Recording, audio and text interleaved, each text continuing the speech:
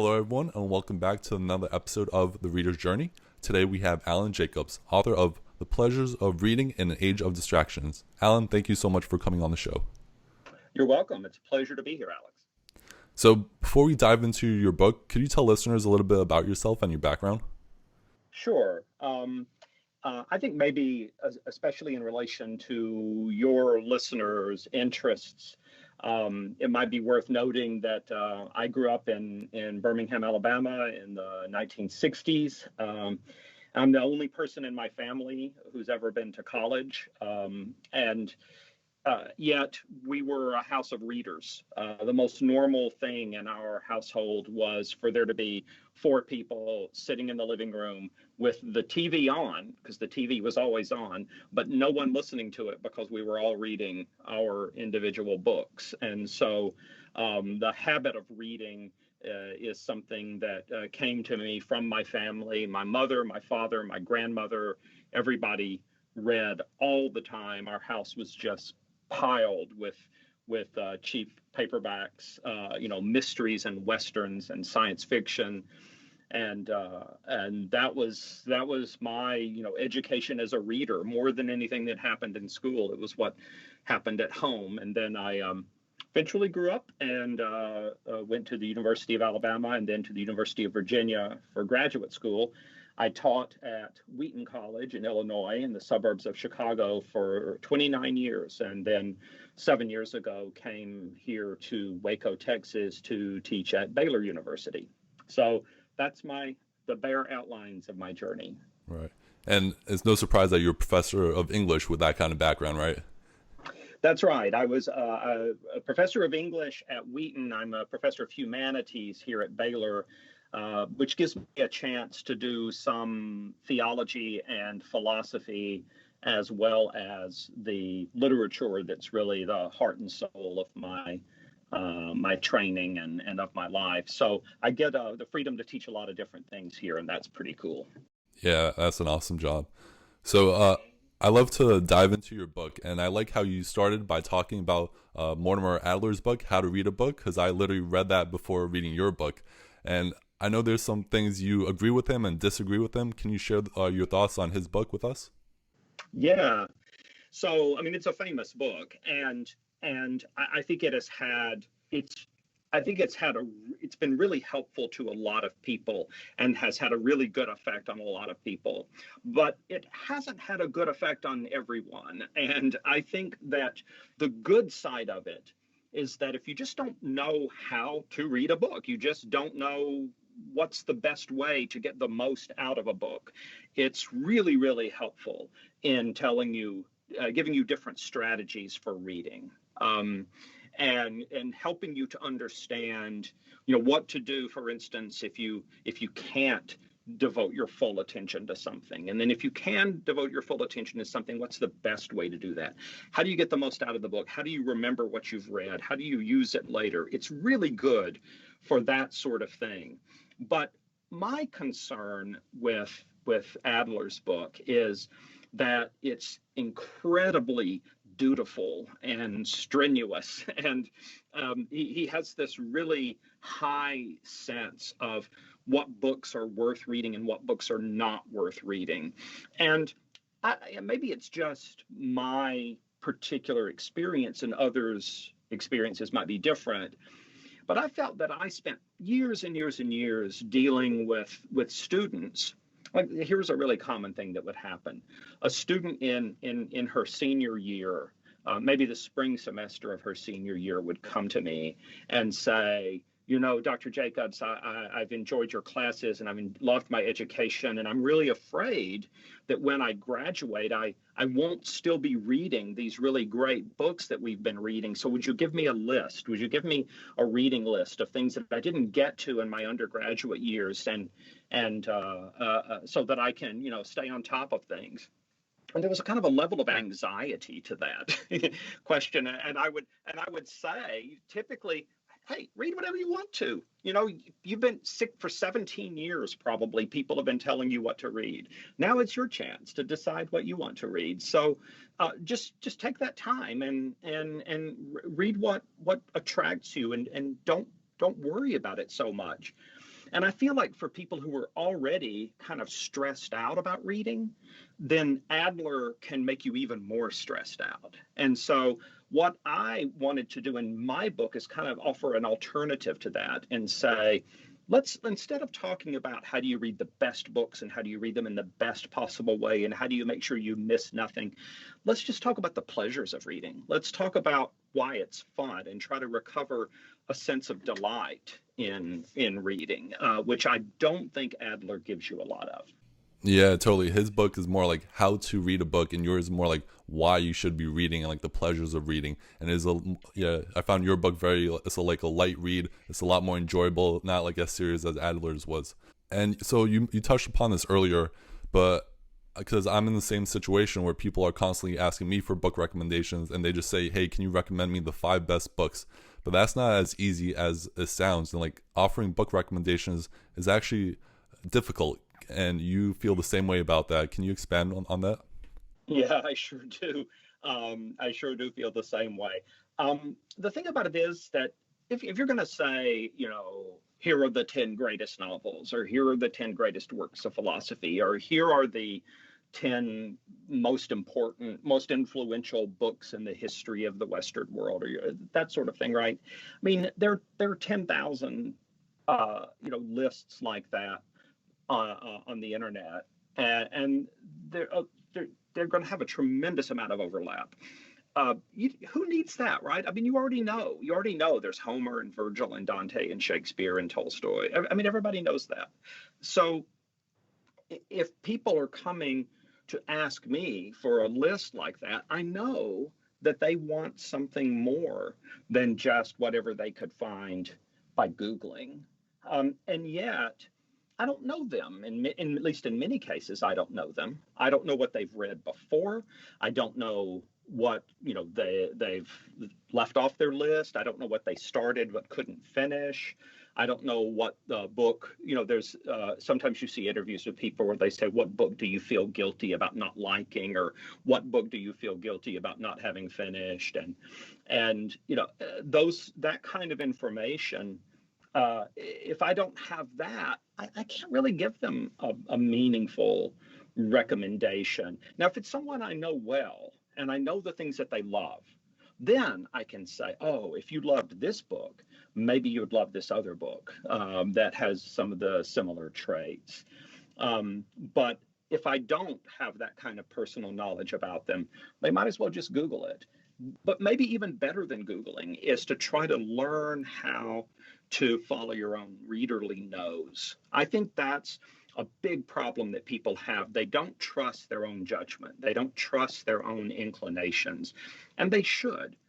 Because if you follow up what it is that you have a kind of a nose for, what is what you're being drawn to, then sometimes you're going to be right. Yeah, that was great. I'm so glad I decided to do that. Sometimes that wasn't as good as I expected. But you're kind of training your own receptors. You're getting better and better at being able to sniff out the kind of thing that is really going to give you satisfaction. So I think better than asking me and better than Googling is following your own inclinations, and in that way get better and better at recommending books to yourself. Yeah, I think that's such a great piece of advice. What I tell people is like follow your curiosity, because people have spent the past like 20 years in school where they've been constantly assigned books and they didn't get to like choose the book themselves. So they kind of lose that, that feeling of I could choose my own books now. So I tell people, follow your curiosity, see where it leads you, and you'll stumble across like great books sooner or later. Yeah. Yeah. Enjoy your freedom, take advantage of it while you have it. And so in your book, you also advise people to not turn reading into this intellectual equivalent of only eating vegetables or counting pages like some people count calories. Can you expand more on that? Sure. First of all, I think Gloria Steinem, the famous feminist writer and speaker, once said about writing, she said, I don't like to write, but I like to have written. I like the feeling when I have written something. And I think sometimes people feel that way about reading. You know, it's like, I don't really like to read, but I like to have read. They want to be able to mark things off their list. They want to be able to say, look, I read 75 books this year, or I read the complete works of Plato. And if that's the sort of thing that gives you satisfaction, that's cool. I'm not going to try to argue out of it, but I'm going to tell you it doesn't have anything to do with reading, right? It doesn't have anything at all to do with reading. And I think that there are times in your life when, there may be times when you may have really good reasons for wanting to plow through the complete works of Plato. But there are going to be times in your life when you shouldn't be thinking that way, and you should be looking for something that delights you. You should be looking for something, people will call it guilty pleasures. I personally don't think that they should think of it that way. They shouldn't be guilty about it, because one of the most important things that I've ever read in this regard is something that the poet W.H. Auden said. He said that masterpieces of literature, and that also goes for philosophy and history and theology, that masterpieces demand a lot of you. They really force you to give them your very best attention. And he says, you can't do that every day. You can't do that every day any more than you could run a marathon every day, right? You've got to have some recuperation of your intellectual muscles, right? And so he says, don't try to sustain yourself on a diet of pure masterpieces. Instead, read things that give you delight. Read things that you're just for fun, and then, when you've given your mind that opportunity to recuperate a little bit, then go to one of the great masterpieces. But they're not everyday things. If you're reading masterpieces every day and that's all you're reading, I can guarantee you that you're not reading them well, because a really, really great book will wear you out. It will wear you out because of the demands it makes on you. In some cases, those demands are intellectual. In some cases, they're emotional, right? That like a great novel, like something like, for example, the Brothers Karamazov, if you really read the Brothers Karamazov with great attention, you probably need to take like a month off after that, because it's going to just put you through the ringer. And that's what makes it great. But that's also what makes it not suitable for every day. So read the things that give you simple delight, and do it unashamedly.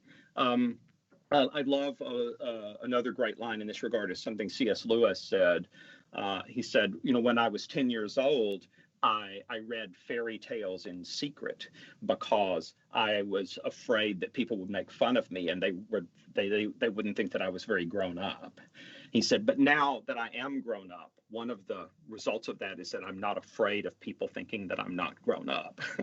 So it's a childish thing to be worried about being grown up. He said, so when I was 10, I was ashamed of reading fairy tales. And now that I'm 50, I read them openly, because I don't have to defend that to anybody anymore or apologize for it. And I think that's a great attitude. Yeah, totally. Especially when you realize a lot of like fairy tales or children books, the best ones have like this deeper meaning in them that you don't really understand as a kid, and it's only once you're like an adult like you fully understand it. So yeah, that's a great point to make. And yeah, like you said, like the great books or like the intellectually challenging books, they require a lot of effort on your part, and it's like impossible to like read through them quickly, because you're going to read a paragraph or two and then you really have to stop and think about them to process what you just learned. So yeah, I think right.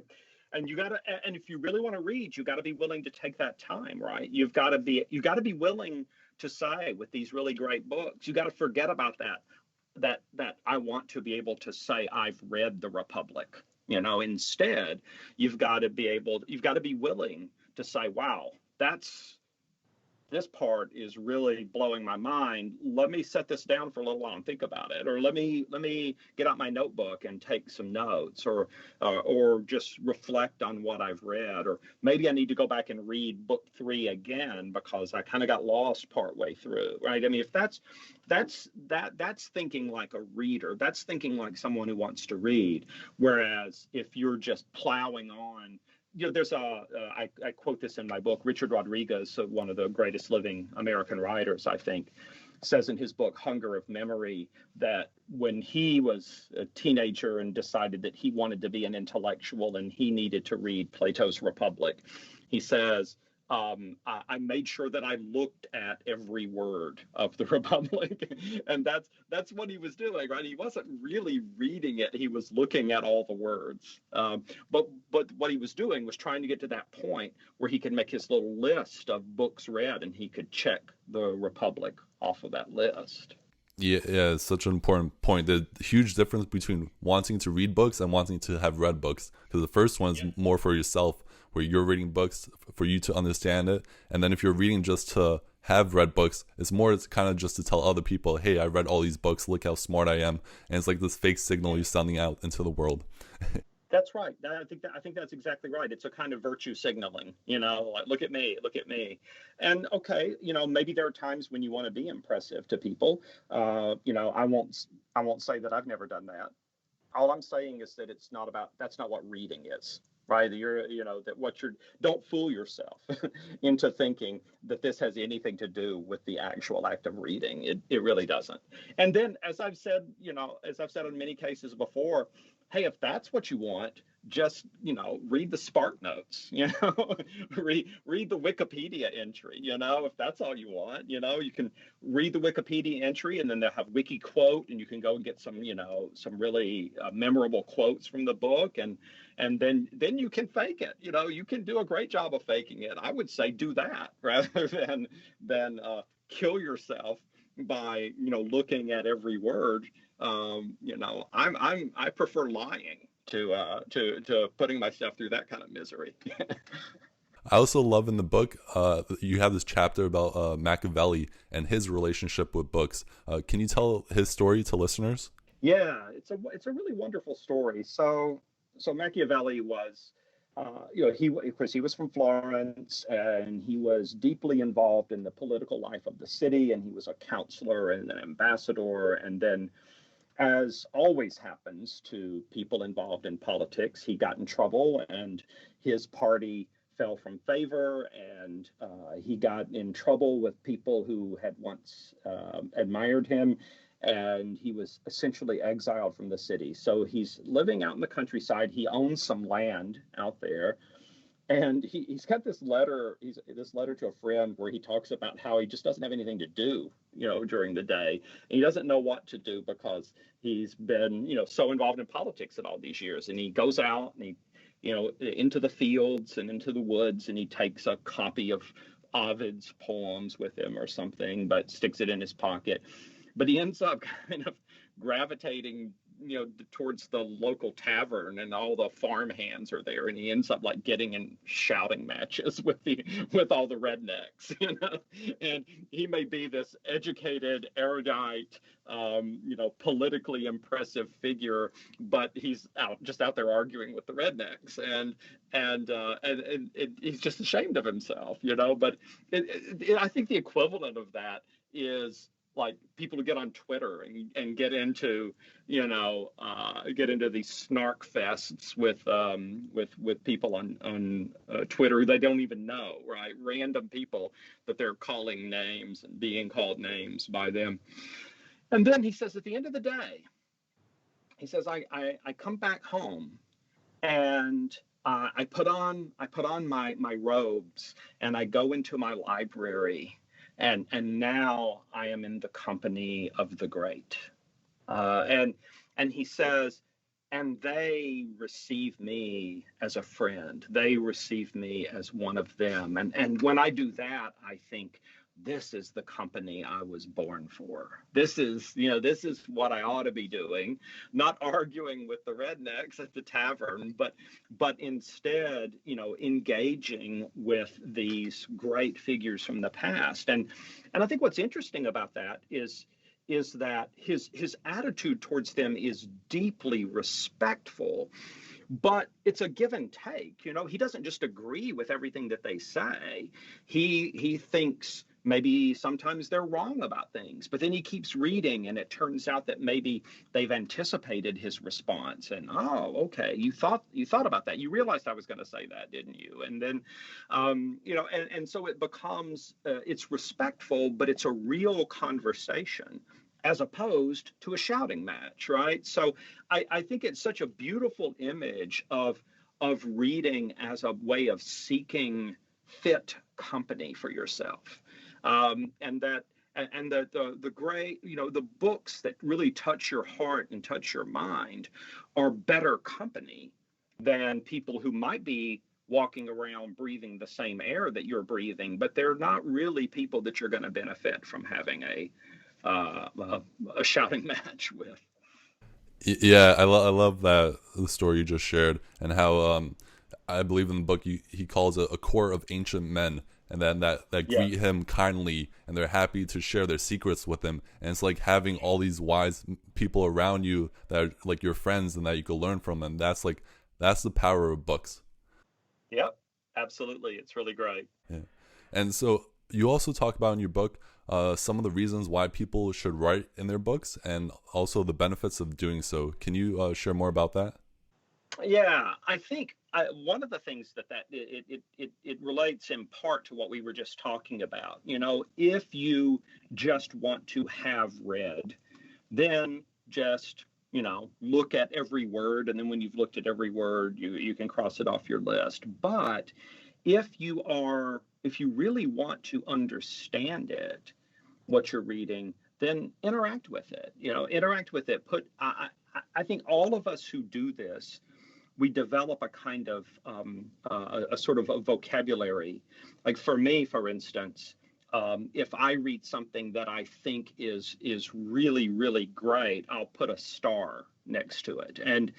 But if it's something that I think is like surprising, like wow, this actually may be a great point too, but I didn't expect it, then I put an exclamation point.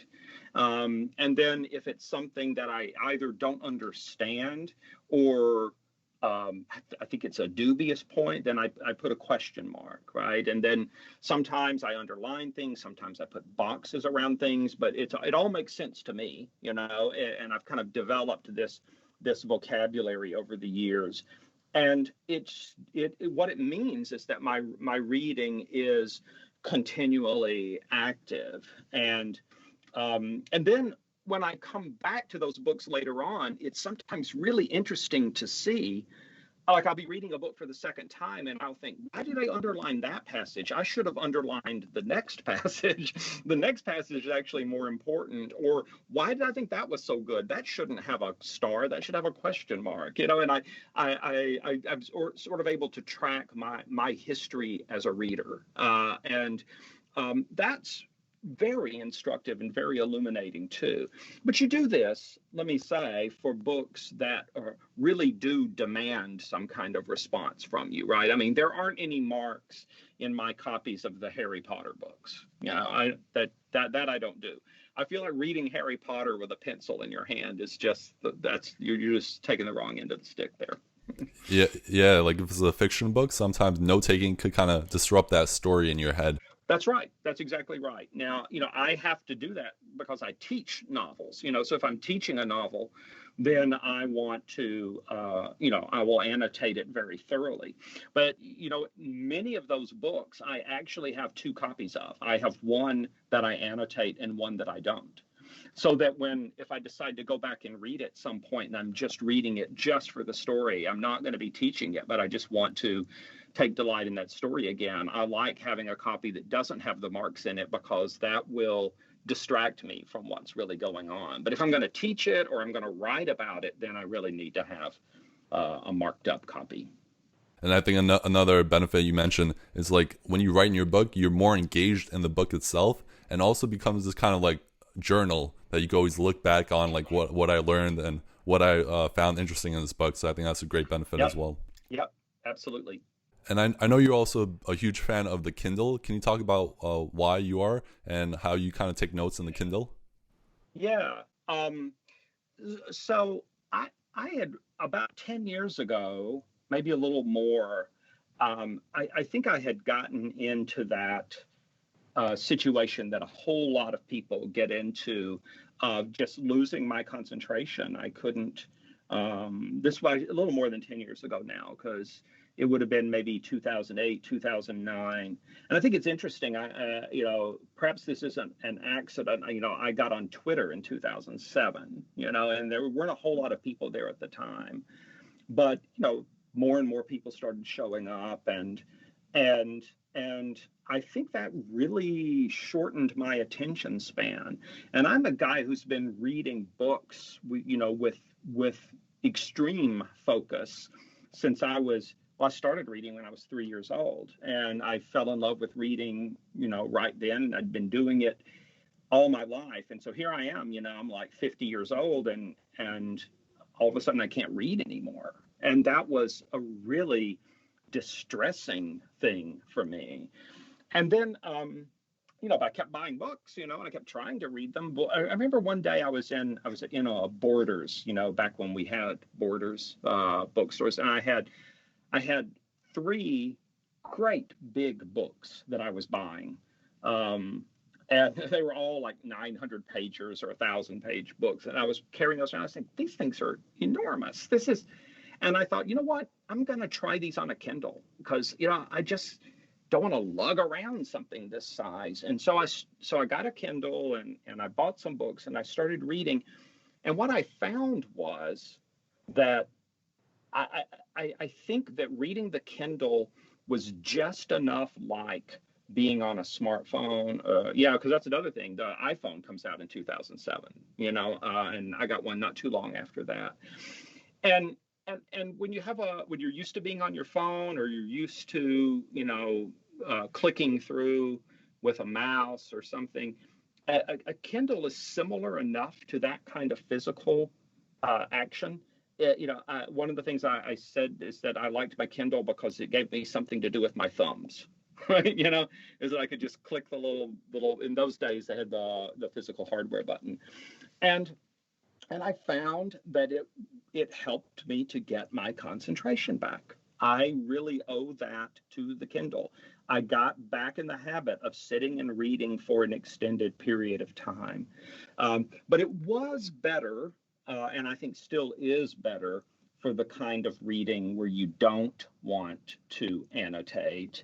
They don't make annotation easy on the Kindle itself. It's a little easier to annotate if you use Amazon's, for instance, their iPad app, because it's easier to type up, a quick response or something like that.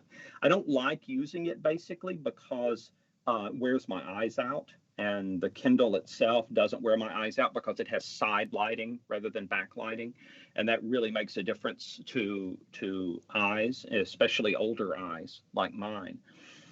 But it's not great, a great experience, but one thing I do love is being able to go through a book and highlight and highlight and highlight. And then when I'm done, I can go to the Amazon website and I can look at all the highlights that I have for that book. And if I'm writing an article or a blog post or a book, then I can just copy and paste.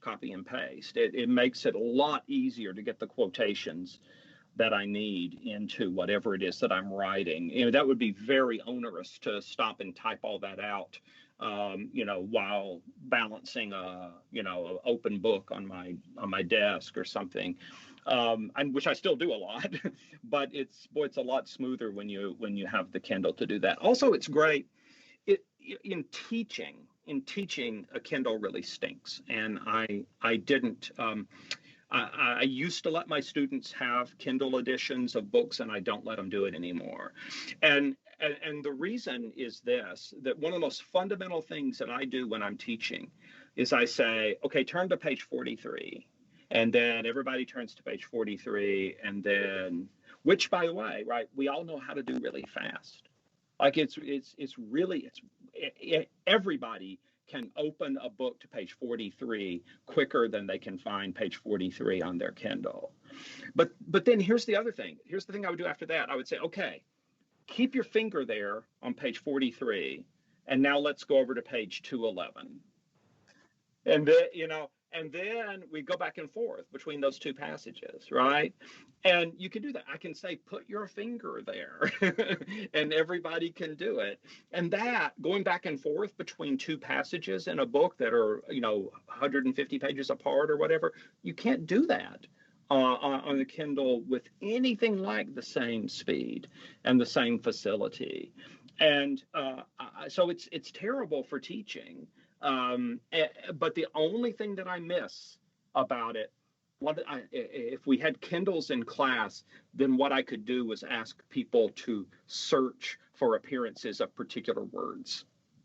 I could say, hey, Phil, do a search for the word forgetfulness. And then Molly, do a search for the word memory. And then report back what you got. That would be fun. But overall, you just lose too much that way. So my classroom is always codex books only. Yeah, I think the key takeaway here is that like print books, ebooks, and audiobooks, there's no like one best format. Like each one has their pros and cons. Like try out different ones, and it's like depending on what situation or what kind of lifestyle you are, you may like a different medium more than another one. Yep. And it's going to depend, and or you're like me, you're going to want different media in different circumstances, right? If I'm going on a vacation, I don't want to carry a backpack full of books. I just want to carry my Kindle, and then I've got all the reading that I need for the whole vacation. Sometimes I have a bad back, and sometimes my back is acting up. I really need to get horizontal. Man, is it easier to read on a Kindle when you're lying on your back than it is to hold up one of those 1,000-page books, right? You're afraid you're going to drop it and break your sternum or something. So going back to your book, I'm sure a lot of people want to know how to speed read or read a book as quickly as possible. But I like how you talk about how most people are probably already reading too quickly and that they should slow down. Can you tell us more about that? Yeah, well, and that's related to the what we were saying earlier about wanting to read versus wanting to have read, right? And that obviously when you're a student, you've got lots of things to do. And time is limited, and you want to you got to get this done because you got another thing that you've got to do. I totally understand that. The problem is that speed reading just doesn't work. There have been lots and lots of studies about it, and it just doesn't work. The speed reading companies make great promises, but none of them are true because they just it's just the way that our brains work and the way especially that our visual cortex works. There are things that you can do for certain kinds of books. For instance, if I've got a big let's say a book on political science or a work of history, I can and this is what I will typically do. I will read the introduction, and then I will read the conclusion. And then I will go back to chapter 1 and I'll read the first paragraph, and then I'll read the last paragraph. And then I'll do, I will, and then kind of gradually fill in as I need to. Sometimes I have to do that. Sometimes there just isn't the time to do that kind of thing. But that only works with certain kinds of books. And so right now, I teach books, the classes that I teach, there'll be a combination of kinds of books. There will be some works of philosophy and some works of political philosophy and some works of literature, including novels. And I will tell them, you can do that kind of reading that I just described for the philosophy and political philosophy. You can't read novels that way. You just can't. You won't know what happened. You won't know what's going on, So it's just not how they work. And so with those, you're just going to have to take the time to read them straight through. And that means you have to be aware of when they're coming in your schedule, and you got to make sure that you clear out the time to do it. And again, if all you want is just to have read, well, then, go to Spark Notes, do that kind of thing. I try to make sure that my students can't succeed in their classes if all they've done is look at the Spark Notes. But if you're on your own and you just don't have time, there's not really a shortcut method to reading novels. There isn't. They're meant to be read sequentially, and they only work that way, it seems to me. Yeah, and I think it's like to make analogy is like if you're eating food, like if you're going out like to a restaurant with your wife and you're out on a date, you don't want to just swallow all your food and just like speed eat your food. So you want to take your time, enjoy the experience. The same with books, you want to enjoy the experience and the pleasure of it, not just get it done as fast as possible. Exactly. Yeah. And the thing about it is, even if you are in a real hurry and you have a real reason for doing that, all you're going to do is give yourself indigestion and then you'll feel like crap later. So That's a great point. And so you also talk about the many pleasures of rereading books and how the books we read change over time. And you had this experience reading Tolstoy's Anna Karenina. Can you share that story with us? yeah. So I read Anna Karenina for the first time when I was in grad school. I loved it. It's a great book. Um, and then many years later, I was teaching it for the first time. And I came across a passage that brought tears to my eyes. And the really interesting thing about that was that I didn't remember this passage. I had passed over it without a thought when I was reading it at age 21, and but now, 15 years later, I read it and it was one of the most important passages in the book to me. What was it? Well, it was the story that Levin, one of the two protagonists of Anna Karenina, it's really two stories in one. Anna herself is one of the two protagonists. The other one is a man named Konstantin Levin. And when the story, the episode that I'm thinking of, is when Levin and his wife Kitty have their first child, and the incredibly complex emotions that Levin has when his son is born. This mixture of being very proud of him, very, very proud. At one point he's very proud because this newborn baby sneezes, and he thinks, look, he can already sneeze. He's so gifted, but he then has this moment where he realizes now the world has so many more ways to hurt me. To be the parent of a child is to be vulnerable to everything that happens to that child. And that's what Levin wasn't anticipating, but it hits him, like a ton of bricks. And and when I was 21 years old, I passed right over that because that was just so far from anything that I thought of as my experience. But when I read it after I had a child of my own, that became a kind of a central moment in the story. Like the whole structure of the novel seemed to change for me because of the different phase of life that I was in. Yeah, that's incredible. I know there's famous quotes like "No man steps in the same river twice," and it's the same with books. Right. Right. I think that's exactly right. And you are with every year of experience you gain just by living, you have more that you can bring to the book. But also, and here's the other interesting thing, right? Sometimes you forget stuff. Like there are like probably when I was 21, probably my very favorite book in the world was Faulkner's Absalom. And I just thought it was the most powerful book that I had ever read. And when I came back and read it like 30 years later, I thought, well, yeah, it's still a major novel, but it just doesn't have the same kind of impact on me. I don't like the style as much as I struggle more with Faulkner's elaborate, florid kind of style. But when I realized that I was struggling with it, I thought, yeah, but something, I'm not necessarily right today and was wrong when I was 20. Like maybe when I was 20, I was responding to, for whatever reason, I just had it in me to respond to a certain kind of greatness. And, that's not what I prefer or not what I'm inclined towards now.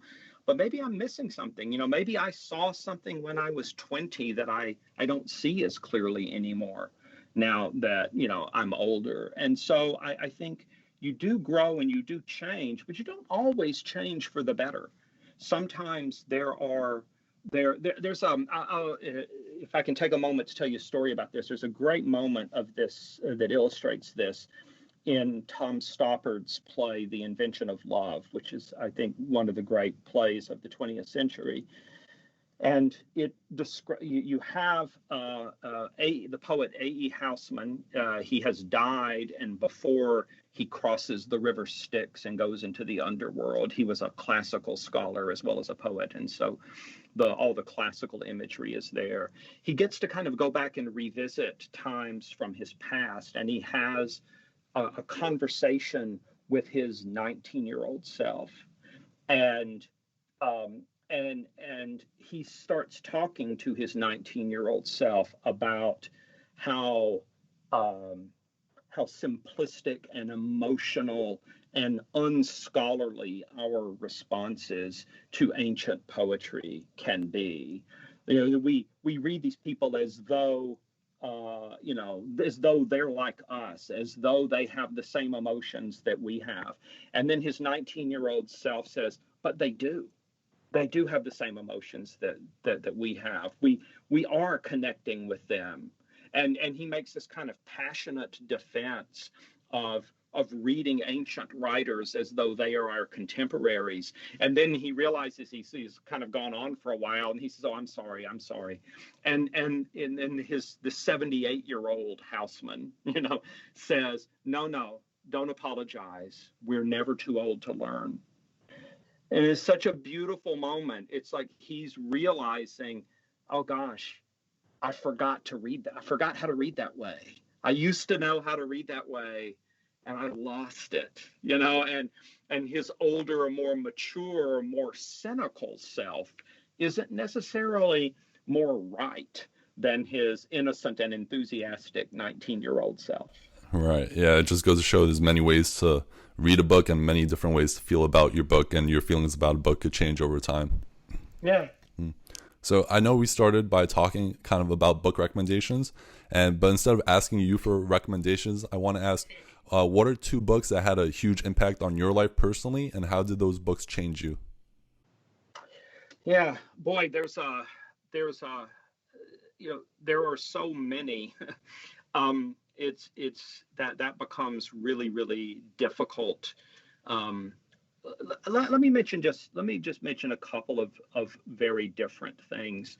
One book that I come back to over and over and over again, in part because I thought it was a book of great wisdom and depth when I read it the first time 40 years ago, and that hasn't changed, is George Eliot's novel Middlemarch. It is just, I think it's the greatest novel in the English language. It's just a magnificent work. And boy, does that change every time I read it. But it was so important for me reading as a young person because of what that book tells us about the choices that we make and why we make the choices that we make, and the ways in which we can be deceived about ourselves and think that we know why we're doing something, but we really don't. And we only learn later on that we had different motives than the ones we thought we had. And you just see so many people in that book making bad decisions because they don't really understand themselves and they don't really understand their situations. And yet, Eliot has so much compassion for those people. It's hard to make the right decisions. It's hard to have self-knowledge, and when they screw up, she shows so clearly the way in which they screw up and why they don't have a good handle on their lives, and yet her heart goes out to them, and just that is such a model of wise insight, of penetrating insight, but also compassion. And that's something that when I was 20 years old, I knew I wanted to have, and I still want to have it. And I feel like I got my vision of that from her book. And then I think a really life transforming book for me in a lot of ways was W.H. Auden's book of essays called The Dyer's Hand. I fell in love with his essays before I fell in love with his poetry. And there is a kind of a quiet wisdom, a humility, irony, humor, and also theological and spiritual depth that in that book. And that really prepared me then for reading his poetry. And I decided that was something I wanted to do with my life, is to study his poetry. And so I've written about him, in several books, and I've edited 2 of his books of poems, and I'm about to edit a 3rd one. But it all got started with The Dyer's Hand, which I think is just so full of this kind of ironic but never cynical wisdom. And so it's been a book that I've returned to many, many times over the years. Wow. Well, I haven't heard of either of those books, so I wanted to say thank you for sharing those. I'll definitely look into them and give them a shot. And well, Alan, I know we're getting close on time here, and I'm sure many listeners have enjoyed this conversation and they would want to learn more about you, or what would be like the best way for them to contact you or reach out to you or learn more about your work? Sure. So my website is ajayjay.org. And if you go there, it has links to my writings, it has links to my blog, it has links to pretty much everything that you would need to know about me. So, and most importantly, it has links to places where you can buy my books. I mean, what could be more important than that, right? So, and I have a new book coming out as we speak. It's going to be out in about 3 weeks. It's called Breaking Bread with the Dead. And it's a book about the value of reading old books in stressful times. I'm really hoping that some people will be sick enough of the COVID experience and sick enough of the presidential election that they'll be willing to turn to some old books to see something different. And you can find a link to that at ha.org. Awesome. Well, you could definitely count me in as a reader on that. I'm definitely going to pick myself up a copy, and hopefully we could have you back on to talk about your new book once it's out. Let's do that. All right. Well, Alan, I just want to say thank you so much for taking the time today to talk about your book, The Pleasures of Reading in an Age of Distraction. This has been a wonderful conversation, and I'll make sure to link everything in the show notes below. So, Alan, thank you for coming on the Reader's Journey today with us. Thanks for having me on.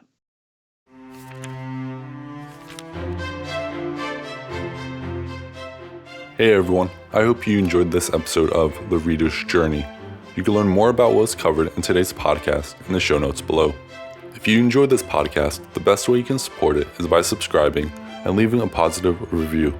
If you're looking for reading tips or book recommendations, head over to alexandbooks.com. If you want to join my reading journey, you can follow me on Instagram and Twitter by searching for Alex and Books. That's all for now. Thank you so much for listening, and I hope to see you soon. Read on, everyone.